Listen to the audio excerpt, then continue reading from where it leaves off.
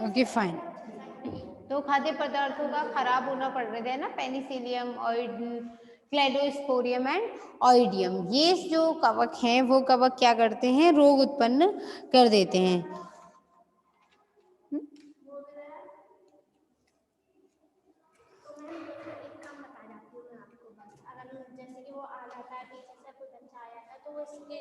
हाँ तो यहाँ पे वो उसका फोटो तो यहाँ दिखेगा, तो यहाँ पे ये वाली जो अपनी स्क्रीन है ना वो यहाँ आ जाएगी, उस पर 2 बार क्लिक कर लेना, फिर अपनी स्क्रीन चालू हो जाएगी। अगर आपसे नहीं हो पाता तो मुझे आवाज फोटो पर जो आएगा यहाँ स्टूडेंट, यहाँ क्लिक करूँ 2 बार। ओके ठीक है, अभी तो खैर कोई बच्चा नहीं है। ठीक है। तो पेनिसिलियम, क्लेडोस्पोरियम एंड ऑइडियम, ये जो है वो क्या है, ऐसे फंगस हैं जो रोग उत्पन्न कर देते हैं। किसमें, मांस और मछली के खराबी के लिए जरूरी है। ठीक है, मांस मछली सब खराब कर देते हैं। ठीक, इसके अलावा म्यूकर,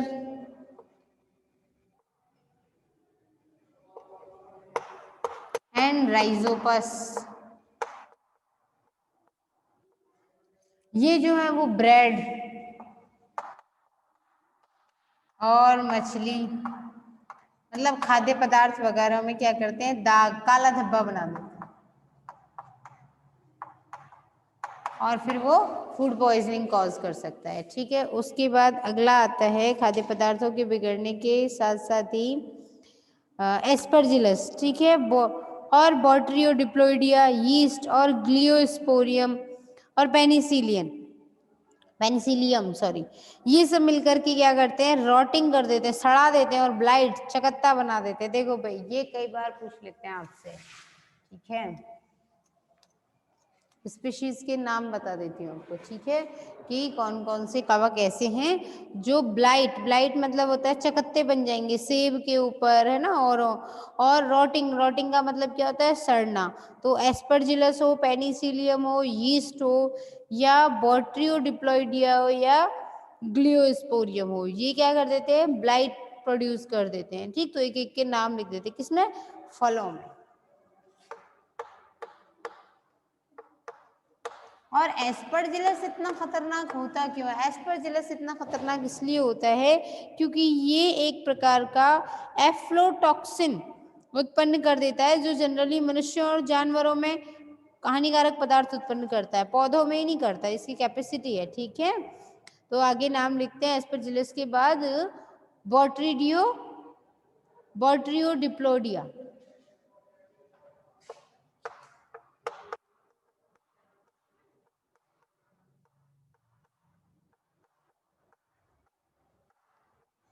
बॉट्रियो डिप्लोडिया ये है, और इसके अलावा यीस्ट है,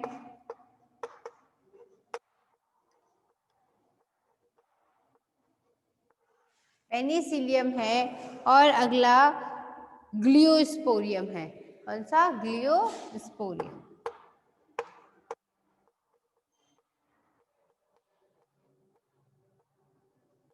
और ये सब मिलकर के जो रोग उत्पन्न करते हैं उसका नाम क्या है, रोटिंग, मतलब सड़ जाएगा।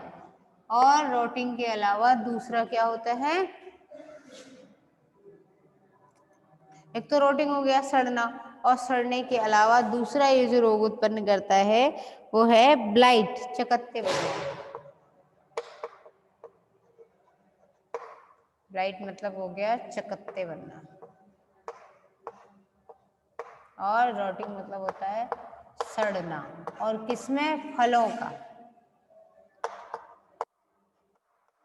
फलों में अंगूर, सेब, अनार, केला, है ना, इन सब में, संतरे वगैरह में, आम में ये उत्पन्न कर देता है। ठीक है, ग्लियोस्पोरियम और बॉट्रियो डिप्लोडियम या बॉट्रियो डिप्लोडिया। ठीक, अगला है एस्परजिलस ग्लाउकम स्पीशीज होती है, न्यूरोस्पोरा साइटोफिला, न्यूरोस्पोरा क्रासा, सिक्रोमाइसिस, म्यूकस, ये म्यूकर और म्यूसिडो, ये सब क्या करते हैं, डबल रूटी को संदूषित कर देते हैं। तो हमने पढ़ ही लिया।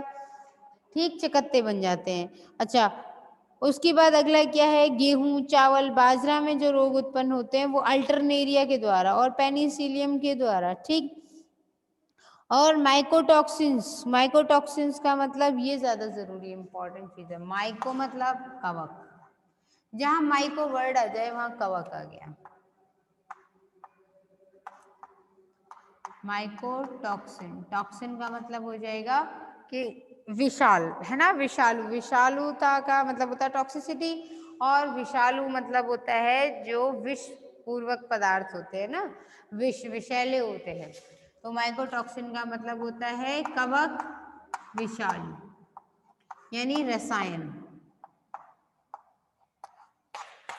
कवक विषालु रसायन जो होते हैं वो क्या करेंगे, रोग उत्पन्न करेंगे। अब कवक विषालु रसायन कई तरीके के होते हैं, जैसे एस्परजिलस है तो वो एफ्लोटॉक्सिन रिलीज करेगा, पेनिसिलियम और एस्परजिलस है वो पेटुलिन। ठीक, इसके दो एग्जाम्पल हैं,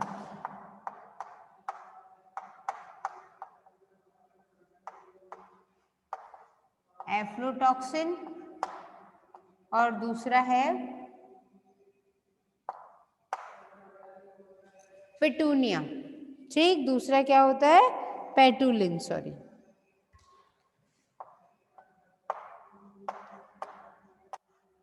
और ये दोनों, ये पेटुलिन सबसे ज्यादा खतरनाक है क्योंकि ये कैंसर उत्पन्न कर देता है, और एफ्लोटॉक्सिन जो है वो दांत वगैरह खुजली वगैरह कर देगा। ठीक है, स्किन जो है वो खराब हो जाएगी। ठीक, तो इन विषैले पदार्थों की वजह से कोई भी जानवर हो या कोई भी व्यक्ति हो उसको वो नुकसान पहुंचाएगा। ठीक है, दूसरी चीज अल्टरनेरिया एस्परजिलस, ये सबसे ज्यादा इंपॉर्टेंट है ना। अल्टरनेरिया जो है वो गेहूं चावल बाजरा वगैरह जई वगैरह में क्या करता है, रोग उत्पन्न कर देता है। फिर उसके बाद अगला क्या आता है, एर्गट, एर्गट विषालुता, गुच्छी विषाक्तता, है ना। जो कवक होते हैं ना, कुछ ऐसे कवक होते हैं जो आटे के उपयोग से, ठीक है, आटे में भी पिस जाए अगर, कभी कभी क्या होता है कि कोई ऐसा, जैसे क्लेविसेप्स पढ़ा आपने, है ना, बाजरे का अर्गट रोग पढ़ा, तो बाजरे का अर्गट रोग में क्या होगा, क्लेविसेप्स परप्यूरिया ने रोग उत्पन्न कर दिया, अपने बीजाणु उसमें छोड़ दिए। ठीक है, तो उसकी बाजरे के दानों में कुछ, पूरी बाली संक्रमित नहीं हुई, कुछ दाने रह गए जो संक्रमित थे। अब वो बाजरे का आटा पिस गया तो वो उसके साथ पिस गया तो क्या करेगा, वो वहां जाकर के पिसता नहीं है, वो अपनी सर्वाइवलिटी, अपना जीवन चक्र आगे बढ़ाना शुरू कर देता है, यानी कि वो आटे में फैलेगा और फैलने के बाद जो भी खाएगा उससे, उसके अंदर भी वो पहुंच जाएगा, और पहुंचने के बाद रोग उत्पन्न करेगा, क्योंकि अर्गट की वजह से रोग उत्पन्न हुआ तो उससे एर्गोटिज्म कह देते हैं। ठीक है, एर्गोटिज्म में क्या होता है, पहले तो ऐंठन होना शुरू होगी, फिर सबसे पहले ऐंठन होगी या गैंग्रीन होगा या फिर तंत्रिका विकार धीरे धीरे हो जाएगा।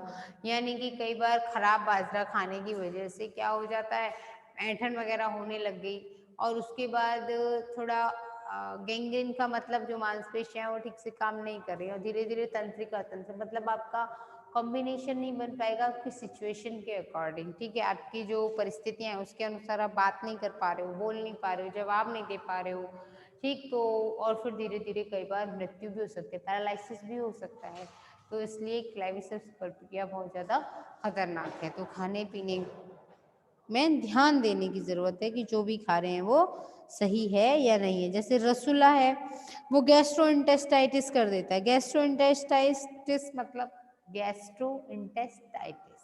ठीक है, गैस्ट्रो मतलब होता है स्टमक, इंटेस्टाइटिस मतलब होता है इंटेस्टाइन। ठीक, इंटेस्टाइन मतलब होता है आंत्र, और गैस्ट्रो मतलब आमाशय। तो आमाशय और आंत्र दोनों को ही वो क्या कर देता है, नुकसानदायी स्थिति में पहुंचा देता है, कुछ पच ही नहीं पाएगा। ठीक है, इसके अलावा क्लेडोस्पोरियम, फ्यूजेरियम, ट्राइकोडर्मा, इन सब के बीजाणु जब प्रकीर्णित होते हैं तो कई बार हे फीवर और दमा उत्पन्न कर देते हैं, एलर्जी कारक। ठीक है,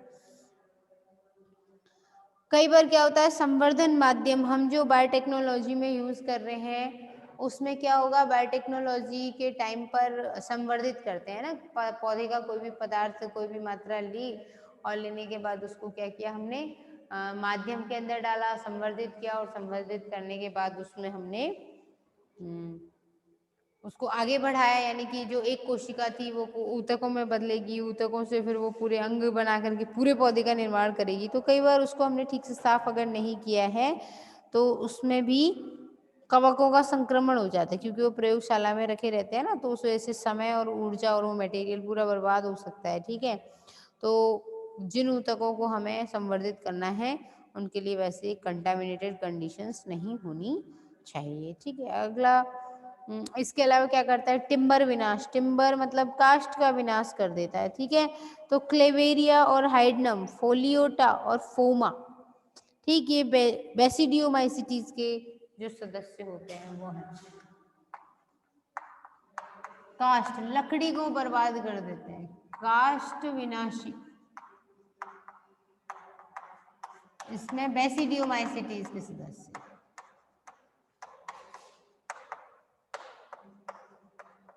अब उसके बहुत सारे सदस्य हैं, फोमा वगैरह है ना, बेसोमाइसिटीज के सदस्य जो होते हैं वो रोग उत्पन्न कर देते हैं। ठीक है, लकड़ी जो है वो धीरे धीरे खराब हो जाती है क्योंकि उसके ऊपर फंगस जम गई आकर के। ठीक, उसके अलावा उष्ण कटिबंधीय क्षेत्रों में डिटेरियोरेशन कर देते हैं। डिटेरियोरेशन का मतलब होता है अपकर्ष, यानी कि आर्द्र और नम भूमि में सबसे ज्यादा जब फंगस उत्पन्न होगा,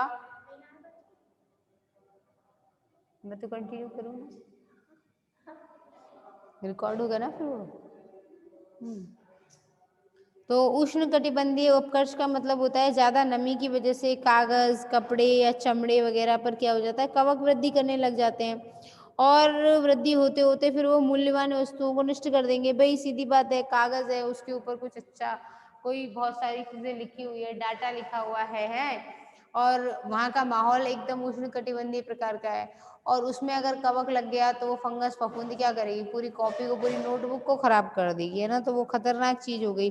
तो उसे बोलते हैं उष्ण कटिबंधीय अपकर्ष। ठीक है, कुछ जातियां जैसे पांडुलिपियां वगैरह इसी तरीके से खराब हुई हैं। ठीक है, प्राचीन ग्रंथ वगैरह है वो फंगस की वजह से भी खराब हो गए। ठीक है, कपड़ों के निर्माण की बात करें तो कपड़ों के निर्माण में भाई कपड़े कपास से बने, और कपास में क्या है, सेल्यूलोज होता है। कई बार सेल्यूलेटिक फंगस, सेल्यूलेटिक एक ऐसा कवक होता है जो सेल्यूलोज के धागों को खत्म कर देगा, तो कपड़े पर काले भूरे रंग के धब्बे बनने लग जाते हैं और धीरे धीरे कपड़ों में बदबू पैदा होगी और सीलन की वजह से कपड़े जो है वो नष्ट हो जाते हैं।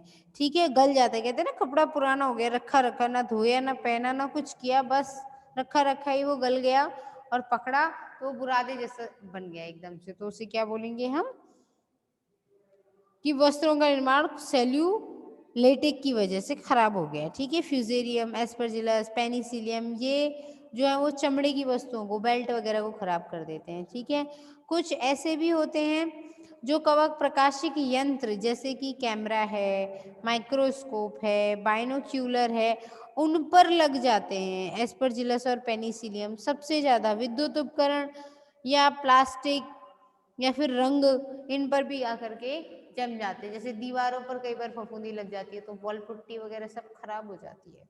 ठीक, तो ये हो गए क्या, कवकों के विषैले क्रियाकर्म। ठीक है, यानी कि क्या किया, हानिकारक गतिविधियां जितनी भी थी वो सब हमने पढ़ ली। अब उसके बाद अगला हम क्या पढ़ेंगे कि कवकों से हमें फायदे क्या क्या हैं। कवकों के आर्थिक महत्व में तो इतना तो आप सबको पता है, यीस्ट होता है। ठीक है, वो एक कोशिकीय है जो विटामिन, कार्बोहाइड्रेट, वसा, है ना, प्रोटीन, ये सब कवक की कोशिकाओं में मिलते हैं। तो मनुष्य और कवकों वो सॉरी मनुष्य और पशुओं के लिए एक कई बार ये कॉम्प्लीमेंट्री यानी संपूरक खाद्य के रूप में भी प्रयोग किए जाते हैं, भोजन के रूप में। ठीक है, मानव में प्रोटीन की आपूर्ति के लिए क्या किया जाता है, यीस्ट की प्रजातियां हैं जो डायरेक्टली खिलाई जाती हैं, तो उसे यीस्ट फूड कहते हैं।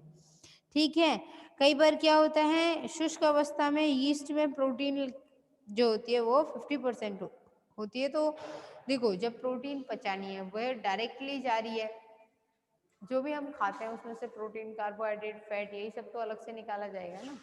लेकिन जब पहले से प्रोटीन आ रही है बॉडी में तो उसे अलग से एक्सट्रैक्ट करने की जरूरत नहीं है, डायरेक्ट एब्जॉर्ब किया जाएगा, तो जल्दी से पच जाता है ऐसा भोजन। ठीक है, उसके बाद आगे पढ़ते हैं कि यीस्ट के और भी फायदे होते हैं। ठीक है, उससे और क्या होगा, एक आपने पढ़ा होगा, कभी देखा होगा, जो तालाब होते हैं, तालाबों में कई बार ऐसे ग्रीन कलर की एक स्पाइरल स्ट्रक्चर होती है, उसे स्पाइरुलिना कहते हैं। वो स्पाइरुलिना को सबसे ज़्यादा उसमें प्रोटीन होती है, यानी कि आप अगर गाय का 250 ग्राम दूध रोज पीते हो, है ना, महीने भर के लिए, तब आपको जितना प्रोटीन मिलेगा उतना स्पाइरुलिना के 1 चम्मच खाने से मिल जाएगा।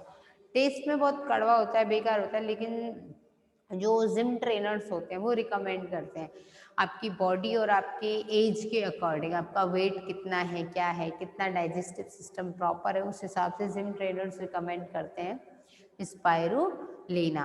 और स्पाइरुलिना को क्या बोलते हैं, सिंगल सेल प्रोटीन, लेकिन स्पाइरुलिना क्या एल्गी है, हम बात कर रहे हैं किसकी, फंगस की। तो यीस्ट जो है वो सीपी यानी सिंगल सेल प्रोटीन की तरह भी काम करता है।